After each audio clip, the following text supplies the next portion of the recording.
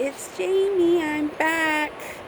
I know it's been a while since I posted a video on YouTube. That is because chemo ended up getting really rough for me, and I just couldn't keep up with my videos. But as you see, things look different. I have some hair on my head. But to pick you up where we left off, for the last video, I discussed a possible treatment change and also the results of my genetic testing. So if you want to know about that, you're new, just go back to those videos. So picking up where I left off, which was about 8 weeks. No, I'm sorry. That would have been about 3 months into treatment. So I finished the Red Devil treatment, or what I used to call Red Kool-Aid, the adriamycin cytoxin cocktail of chemotherapy medications. Tolerated it pretty well. I was still able to work out most of the time. Those treatments were every other week, so it would be about 4 or 5 days after a session. I would get my strength back and able to work out slowly. Eating to me was just a job. There was no real enjoyment in it at that point. So after 2 months on AC, I moved to Taxol or Taxol chemotherapy, which typically is a lot easier for people to tolerate than the AC. But for me, it was horrible. One of the side effects is bone pain, joint pain, and that was my main side effect, along with exhaustion. That pain, I would have to cry myself to sleep sometimes because it was excruciating. I was started on Tylenol, ibuprofen. They moved me to a prescription Tylenol narcotic medication, which I didn't want to take, and nothing really kind of helped that. It was just really painful, and it wore me down. So that's why you didn't have any videos from me. There became a point through those treatments, about halfway through, I started spiking fevers, which is really bad for patients on chemo, especially those with low white blood cell counts, which was an issue I had. And so I had to stop treatments for a couple of weeks to get strong enough, and in order to not have to go into the hospital for, say, like blood transfusions. So I should have finished treatment March 1st, but I didn't finish until March 15th because of that break that I had to take. Approximately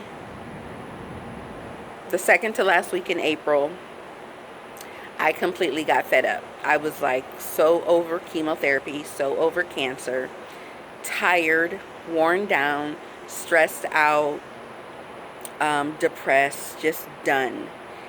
That at one point I thought about packing bags, jumping in my car, and driving to another city to just get away. I didn't want to continue with chemo. I was so tired, so over, just feeling horrible.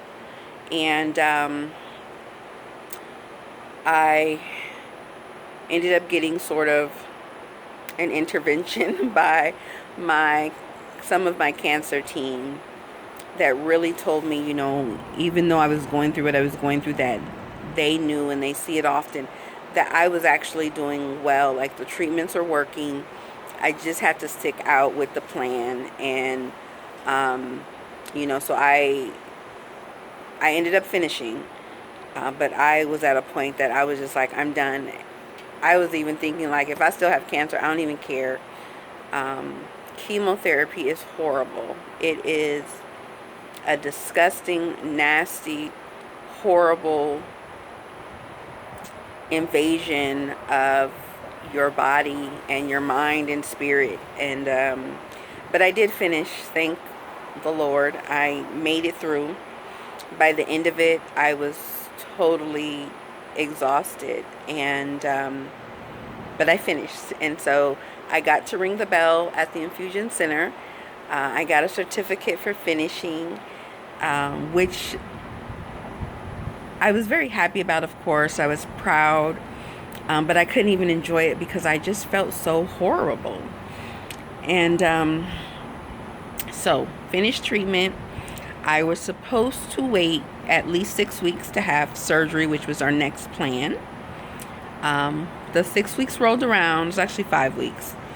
I believe it was April 21st. I was to have a lumpectomy with lymph node excision or dissection, a reduction, breast reduction, and a lift. So the day that I go in for surgery, they have to check your vitals, and my blood pressure was so high, they were scared that I would either bleed out on the table or stroke out before I even got there. Never had any real issues with my blood pressure. But of course, dealing with cancer, dealing with chemo, being sick, financial strain, excitement, probably nervousness, and the damage that chemo can do to your body, my blood pressure was out of control. So I went to see a cardiologist. She put me on a medication. We tried to check for the next week for surgery. That medication that I was on was not the right medication for me. It did not help at all. Got a new cardiologist, Dr. Hickey, and he put me on 2 medications. Got my blood pressure down within 5 days. So they rescheduled surgery for March 11th. I had surgery on March 11th, and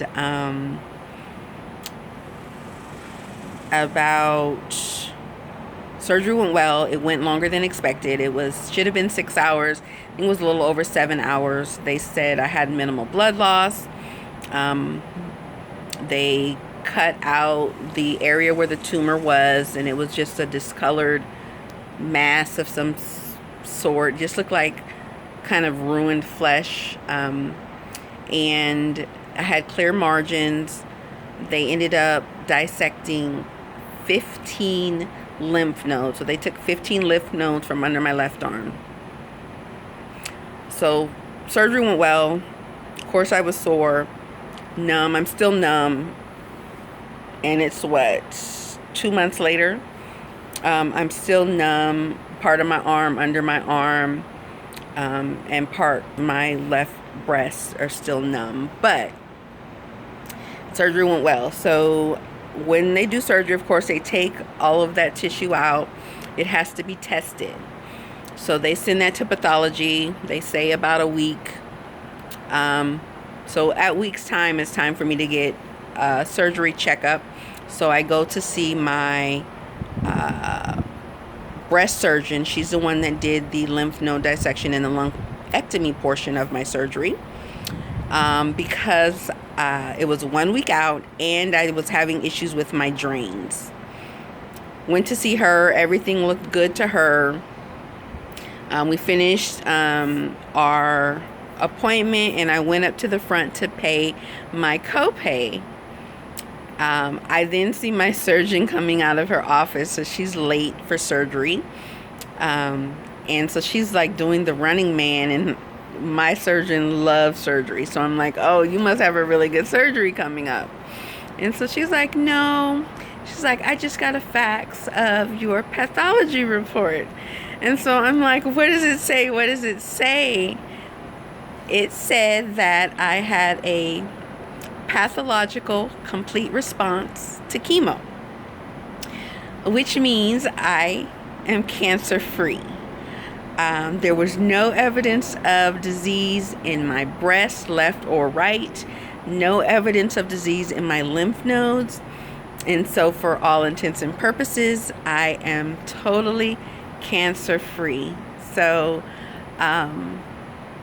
excited, ecstatic, like happy, like all of that pain, all of that suffering, all of those tears, all of that sickness, all of the chemo, all of those prayers and well wishes, strength and endurance, perseverance, all was worth it because I'm cancer free now.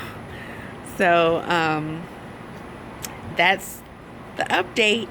As you can see, I have hair growing back. It actually started growing back while I was still on chemo, the last few weeks of chemo. And even though I'm deemed cancer free, no evidence of disease, because triple negative breast cancer is such a nasty, aggressive breast cancer, they still think they want to do radiation, a whole breast radiation on my left breast. So I have a consultation. I had one consultation and then I wanted a second opinion. So I'm going for my second consultation next week, on the 27th of June, to meet with another radiation oncologist to see if we're definitely going to do radiation or not. So the main things right now is that I'm still dealing with a lot of exhaustion. I literally sleep 15 hours or so, 16 hours a day. Trying to work out is hard because I do still experience a lot of pain. My body is just not back to normal. It's, it's weaker. Things hurt a lot easier. So I'm dealing with a lot of joint pain and things like that. But, I'm cancer free. So cancer is the gift that keeps on giving. But I'm glad the Lord gifted me with the opportunity to be a survivor and cancer free. So that's where I am.